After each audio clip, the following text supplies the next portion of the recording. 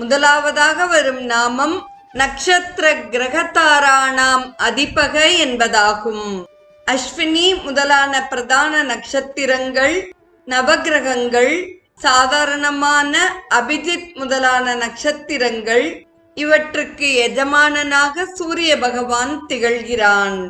S சந்திர தாரகம் அந்தரோ யமயதி என்ற அந்தர்யாமி பிராமண வாக்கியத்தை அனுசரித்து நவகிரகங்கள், முக்கியமான நட்சத்திரங்கள், கவுனமான நட்சத்திரங்கள் எல்லாவற்றுக்குள்ளும் அந்தர்யாமியான பகவான் என்று இந்த பதத்தினால் கூறப்படுகிறது.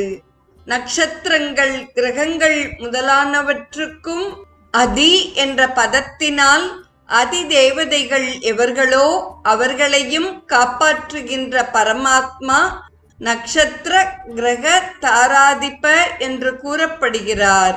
இதில் நக்ஷத்திர கிரகதாராணாம் அதீன் பாதீதி, நக்ஷத்திர கிரகதாராணாம் அதிபக என்ற சமாசம் கூறப்படுகிறது.